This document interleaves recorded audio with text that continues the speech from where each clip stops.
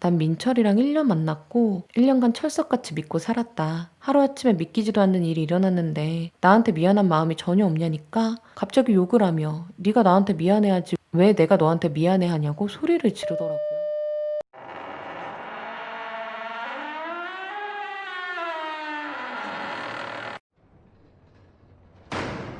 남친과 바람난 년 뒤지게 패주고 왔습니다.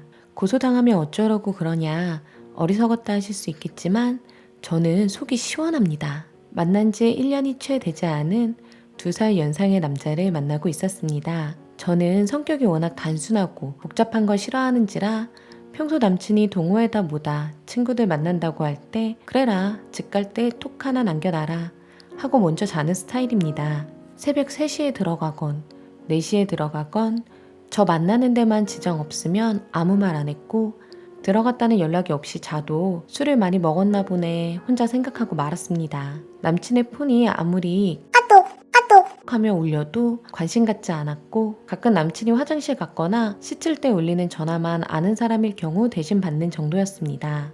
이제 생각해보니 그만큼 남친을 철저하게 믿었던 것 같습니다. 그런데 어느 날 모르는 여자로부터 페북 메시지가 왔습니다. 혹시 김민철 씨 여자친구 되시냐고, 맞는데 누구시냐고, 무슨 일이냐고 물었더니 대답이 없었습니다.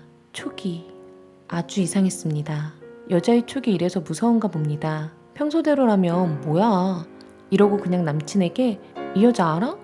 나한테 자기 아냐던데? 라며 아무렇지 않게 물었을 텐데 그날따라 뭔가 더러운 촉이 왔습니다.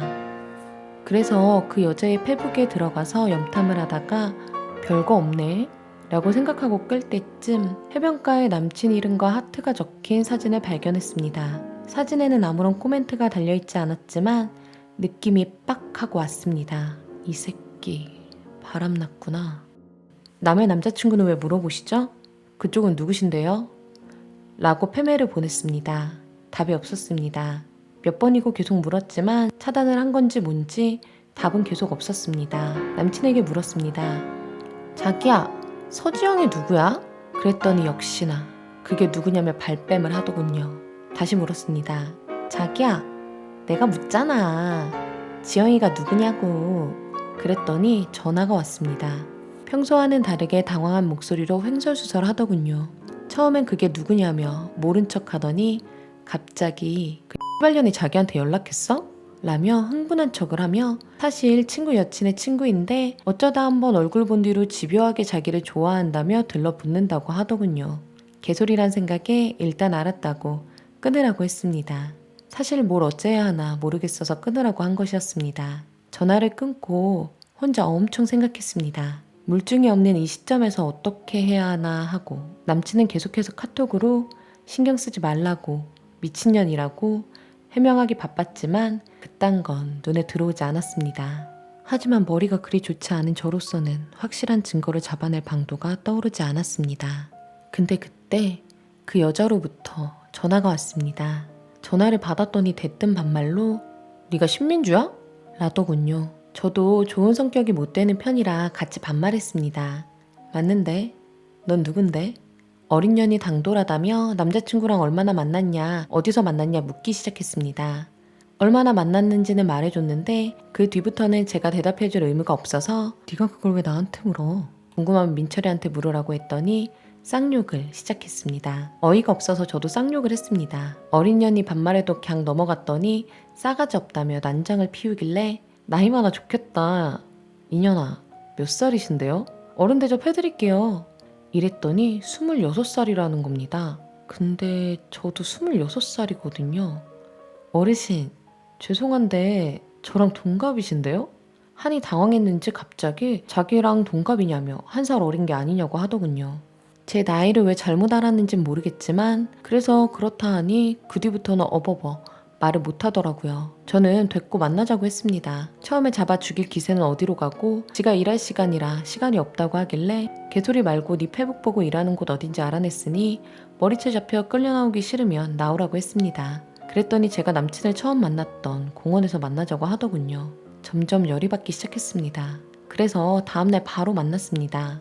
열받아서 소주 반병 정도 마시고 알딸딸한 채로 갔습니다. 정자에 앉아 얘기해보니 이 여자가 남친의 여친인 건 맞았고 처음 만난 날 남친이 여친이 없다고 해서 그런 줄 알고 번호 물어보고 먼저 다가갔더니 톡하다 사실 여친이 있다고 했다고 합니다. 근데 이미 자기가 남친이 너무 좋아져서 포기할 수 없었고 그래서 헤어질 때까지 기다린다고 했다고 합니다. 그때 한 번 만나놓고 무슨 개소린가 싶었습니다. 근데 남친이 헤어질 기미가 없어 보여서 답답한 마음에 저한테 연락한 거라고 합니다. 얘기를 들어보니 저에게 동창회다 뭐다 했던 건 다 인연이랑 모텔 가서 그 짓거리 하려고 외박한 거였죠.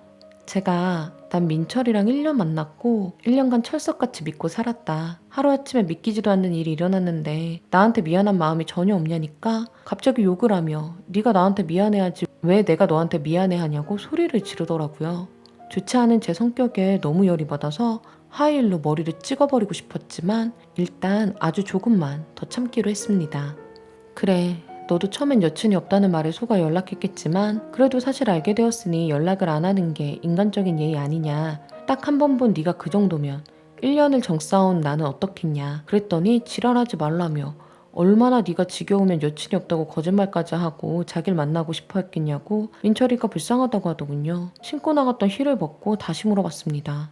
그럼 네가 페북으로 나한테 연락한 거, 전화로 다짜고짜 반말에 쌍욕한 거, 애인이 있음을 알고서도 꼬리친 것에 대해선 전혀 미안한 마음이 없다는 게 맞냐고. 몇 번을 묻냐며 계속 욕하고 소리 지르다가 그 욕 끝에 애미도 없는 년이라고 했습니다. 저희 엄마는 제가 6살 때 저에게 인형을 사주겠다고 나간 뒤로 실종됐고 커서 생각해보니 그게 실종인지 가출인지 알 수 없었지만 전 그렇게 알고 컸습니다. 그래서 엄마 얘기가 나오면 눈물부터 나오는데 그런 우리 엄마를 거론하며 애미도 없다고 하는 순간 저는 참아왔던 이성의 끈이 끊어져 버렸습니다. 무지막지하게 후드려 팼습니다. 터지려는 눈물을 꽉꽉 눌러 담으며 눈물이 나오려는 만큼 팼습니다. 때리다 보니 인형 코가 뭔가 삐뚤어진 것 같아서 코뼈가 부러졌구나 싶어 정신을 차렸습니다. 너무 많이 때렸다 싶었지만 맞아도 싸다고 생각했습니다. 인연은 그렇게 소리 지르고 욕하던 패기는 어디로 갔는지 잔뜩 웅크리고 내 작은 움직임에도 소스라치게 놀라는 상태로 있었습니다. 어디 신고하려면 신고하라고. 대신 너 지금 알바하고 있는 니네 아버지 가게에 가서 이 사실 말할 거라고. 네가 임자 있는 남자랑 모텔 가서 뒹굴었다는 사실을 알면 니네 아버지가 참 좋아하시겠네 라고 하니 안 된다고 절대 말하지 말라고 하더군요. 자기도 신고 안 하고 조용히 끝낼 테니 제발 아빠한테만은 말하지 말아달라고 사정사정했습니다. 아마 아버지가 굉장히 무서우신 모양이었습니다. 그래서 그냥 고민하는 척하다가 알았다고 하고 민철이는 너 가지라고 끼리끼리 잘 살라고 하고 남친 자취방으로 갔습니다. 비번 누르고 들어가니 어떻게 된 거냐고 괜찮냐고 물어보더군요. 그 사이에 그년이랑 연락을 한 거겠죠. 더러운 주둥이 나불거리면 찢어버린다고 하고 커플링을 빼서 얼굴에 던져줬습니다. 남친이 친구한테 사기당해서 원래 살던 원룸 빼고 보증금으로 빚 막았었는데 그땐 사랑하는 맘에 안쓰러워서 제가 살던 원룸 내주고 저는 부모님 집으로 들어왔었습니다. 한마디로 지금 이 집의 계약자는 저입니다. 그래서 너 이 새끼 내일까지 방 안 빼면 주거 침입죄로 신고할 거니까 네가 들고 네 옷까지만 들고 기어나가 라고 했더니 무릎 꿇고 쇼를 하기 시작했습니다. 내가 사랑하는 건 너뿐이다. 그년이 하도 꼬리를 쳐 잠깐 내가 미쳐서 만났지만 어쩌고 저쩌고 하길래 닥치라고. 그래서 우리 엄마 안 계시다는 나의 상처까지 그년에게 나불거렸냐고 했더니 그건 자기가 너무 안쓰러워서 어쩌고 저쩌고 하길래 발로 가슴팍을 차버렸습니다. 시끄러우니까 방이나 빼라고. 내일 방 안 빼면 사람 시켜서라도 너 끌어낸다고 하고 집에 왔습니다. 원래 그년을 때릴 목적으로 만난 건 아닌데 엄마 얘기에 이성의 끈이 끊어져서 이렇게 됐네요. 그년이 신고해서 처벌을 받는데도 어쩔 수 없다고 생각하고 후회는 없습니다. 오늘 이야기는 여기까지입니다. 억울하고 통쾌하고 누군가에게 알리고 싶은 사연이 있다면 알려주세요. 제가 정리해서 전달해 드리도록 하겠습니다. 다음 사연이 궁금하시다면 구독, 좋아요 눌러주세요.